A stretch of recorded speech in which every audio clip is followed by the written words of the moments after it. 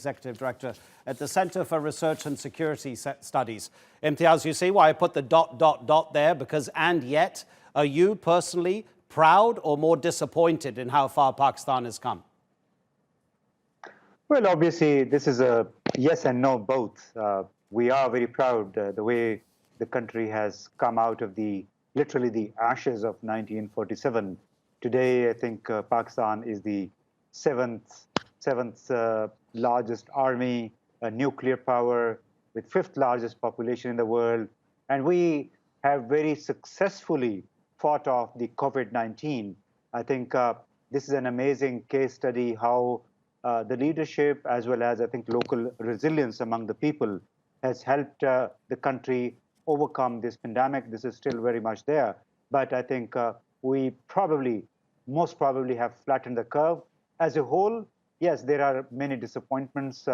This is a country right now extremely politically polarized. On the one hand, on the other, has been battered by the COVID economically, and its economy had been struggling even before COVID.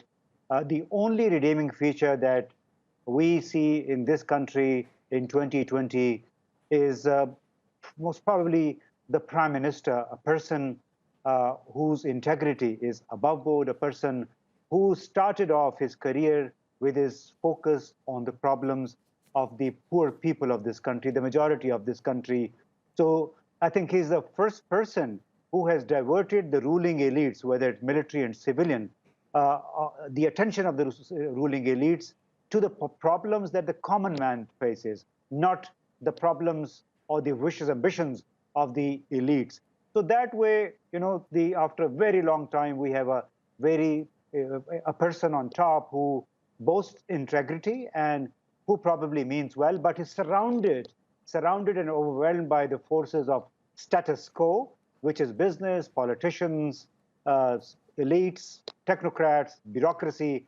So there are a mount of huge problems, formidable challenges that the country faces right now in the face of massive forces of status quo. So some people would say the status quo is also bribery and nepotism. I mean, Pakistan has everything required to turn it into one of those Asian tigers of the Far East, and yet it's not there. Actually, when you look at the list as compiled by the International Monetary Fund to be 42nd out of a list of almost 200 countries in terms of GDP, that's quite impressive, of course. But then you have this discrepancy in income and discrepancy in standards of living. About 10, 15 years ago in Balochistan, in that province in the bottom southwest of the country, the female literacy rate was amongst the very worst in the world. So many more challenges to come. And you mentioned the Prime Minister a lot.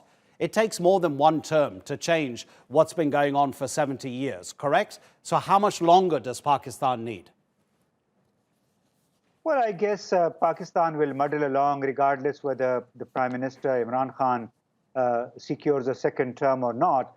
But I am pretty sure he is setting new benchmarks for good governance, better governance.